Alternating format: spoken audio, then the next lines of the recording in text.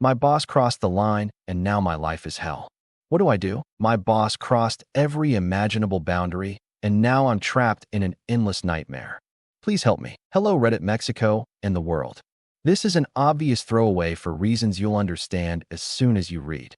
I'm 28 years old, a civil engineer graduated from IPN, living in CDMX for 3 years, rented apartment in Narvart that I can barely afford with my salary. I never thought I'd write something like this, but I've been going weeks without sleeping well, with constant anxiety, panic attacks on the metro, and even thinking the unthinkable. If anyone has experienced something even remotely similar, please tell me there's a way out, because I can't see it anymore. This story is long because I need to tell everything so you understand the magnitude of the disaster. If you make it to the end, thanks in advance. Warning: there's strong content about sexual harassment, abuse of power, corruption, and threats. It's not clickbait. It's my real life in this damn country in 2026 where supposedly everything changed. The beginning. How I entered hell disguised as an opportunity. I moved from Guadalajara in 2023 looking for something better. In GDL, I did freelance structural work, but payments were irregular and I wanted stability. I saw the job posting on Indeed. Junior project engineer at a consolidated construction company, competitive salary plus legal benefits. The company, I won't say the name, but it's medium-large, does public and private works, offices on Reforma near the Senate.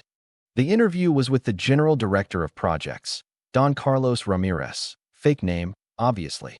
52 years old, from Huchinango, Puebla, married, 3 kids, practicing Catholic, always with a rosary in his pocket and a gold crucifix, fan of America and traditional Mexican values. He seemed nice at first. He talked about effort, giving it your all, how he started carrying rebar and now handles millions. He hired me on the spot, and with a salary 10% above market. I thought. The sky fell on me. The first months were idyllic. He assigned me cool projects, supervision of a corporate building in Santa Fe, structural calculations for a pedestrian bridge in Coyoacan. I worked voluntary overtime, arrived early, got along with the team. Don Carlos praised me in weekly meetings. This young man is an example for everyone. He even gave me a Christmas bonus of 15,000 pesos in cash, so you can treat your family in Guadalajara. I, grateful, sent him messages like, "Thanks, boss. Count on me for anything." The slow escalation, from paternalism to something weird. Everything changed subtly. The man talks started after work. First at the bar on the corner of Reforma, beers paid for by him. He asked about my personal life. "And the girlfriend? Don't you have anyone? A young man like you should be enjoying himself." I told him I was focused on my career. He laughed and shared anecdotes about his conquests from his youth in Puebla. Okay, I thought, he's an older guy telling war stories. Then came the team dinners that ended up just him and me. Once, after closing a phase of the Santa Fe project, he took me to an expensive restaurant in Polanco, one of those where the bill has 4 zeros. He paid for everything, ordered a Don Julio 1942 tequila, and started bad-mouthing his marriage. My wife doesn't pay attention to me anymore. She's with a Morena politician in Monterrey. I was uncomfortable, but stayed quiet. Suddenly, he grabs my hand on the table. "You're different, son. Loyal, hardworking. I can make you rise very fast." I pulled away quickly and said I was tired. He just smiled. The signs piled up. Maria, a 35-year-old accountant who's been with the company for 10 years, pulled me aside one day in the cafeteria. "Be careful with Don Carlos. There have been cases before. Guys who suddenly quit or get fired for stealing information. He offers them the world and then destroys them if they don't cooperate." I thought it was office exaggeration, the typical Mexican gossip. The first real crossing of the line. It was in August 2025. Big project, bidding for building a modular hospital in Ecatepec, budget of hundreds of millions, agreement with Insabi, or what's left of it. Don Carlos put me as deputy technical manager. We spent entire nights in the office. One of those nights, it was pouring rain, thunder like the end of the world. It was just him and me. He ordered sushi from a fancy place on Masaryk. He pulled out a bottle of Clase Azul and started.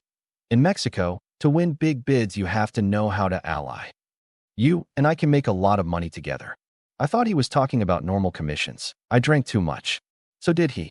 Suddenly, he stands up, closes the blinds in the office overlooking Reforma, and sits next to me on the couch. He puts his hand on my leg and says, "Look, I'll give you everything. Promotion, extra cash, even help you buy an apartment. But you give me something in return." He tried to kiss me. I pushed him so hard he almost fell. I yelled, "What the fuck is wrong with you, boss? I'm not like that." He composed himself, smiled coldly, and said, "Calm down, son. It was the alcohol. But think about it. Here, the one who doesn't adapt disappears." I ran out, took an Uber at the Diana roundabout. I cried all the way to Narvart. The next day, he acted like nothing happened, but I started getting impossible tasks. Redesign an entire structural module in 48 hours. Review 500 blueprints alone. My coworkers avoided me. The rumor was, the new engineer rejected the boss, and now they're freezing him out. The revenge and the trap. I tried to quit in September. I went to his office and handed him the letter. He looked at it, tore it into little pieces, and said, "You're not going anywhere. Your signatures are on all the bidding documents. If you leave, I'll report you for embezzlement. I have proof that you accepted bonuses from me, the envelopes he gave me. Besides, who's going to hire you after I talk to my friends at the other construction companies? Here in Mexico, we all know each other." That's when I realized I was trapped. I discovered more by accidentally reviewing files one night when I stayed alone. Don Carlos is laundering money from the project. There are transfers to accounts in Belize and Panama, bribes to Morena delegates in Edomex, inflated invoices from ghost companies. My calculations and digital signatures are on several of those documents. If he falls, I fall. The worst moment, the physical threat. The climax was in November 2025. Company end-of-year party at a venue in Pedregal. Lots of alcohol, mariachi, grilled meat. Don Carlos looked for me all night. In the end, he cornered me in the parking lot. "I'm tired of your moralistic airs. Either you accept being mine, or I'll fuck you up." He pulled a gun. Yes, a fucking gun, from the glove compartment of his black Tahoe truck. He pointed it at my chest and said, "In this country, people disappear every day. You could be one more in a grave in Edomex. Or you could be rich and have my protection." I cried like a child. I begged him not to. He laughed, put the gun away, and said, "You have until January to decide." Since then, I've been living in total paranoia. I changed metro routes, put double locks on my apartment, deleted social media. My mom in Guadalajara notices I sound weird on the phone, but I tell her it's work stress. I've lost 12 kilos, have constant tachycardia, take Lexapro prescribed by an online psychiatrist because I can't go in person. I'm afraid they're following me. What I did yesterday, the recording. On December 31st, 2025, after the forced family dinner with my uncles in CDMX, I gathered courage. I went to the office. I had an emergency key. I put my phone recording in my shirt pocket and confronted Don Carlos in his cubicle. I told him I wanted to reach an agreement.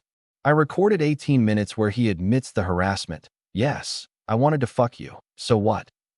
The corruption, those 40 million are going to my accounts, and you signed everything. And even a veiled threat. If you talk, the same thing happens to you as the engineer from the Mitras project in 2018. They never found him. I have the recording. But now what? Report to the FGJCDMX? Everyone knows the narcos and politicians run things there. Specialized Anti-Corruption Prosecutor's Office. Huh. Press? If I leak to Carmen Aristegui or Latinus, they'll kill me before the story comes out. Flee to Canada or USA? I don't have money or a visa. I'm writing this on January 2nd, 2026 from a cybercafe in Mixcoac using VPN because I'm afraid they'll track my phone. I don't know how much longer I can hold out. I feel like Mexico is eating me alive. The corruption, the toxic machismo, the kill them hot, that's become culture. Reddit, please. Does anyone know lawyers specialized in workplace harassment who work pro bono? NGOs that help whistleblowers? Anyone who's reported major corruption and survived? Should I upload the recording anonymously to YouTube or something? Or just quit, change my name, and go to the interior? Thanks for reading this Bible. I need hope. If no one responds, at least I vented. TLDR, boss sexually harassed me, got me involved in a $1 million corruption scheme, threatened me with a gun. I have proof, but fear for my life in CDMX in 2026. I'm destroyed. Help.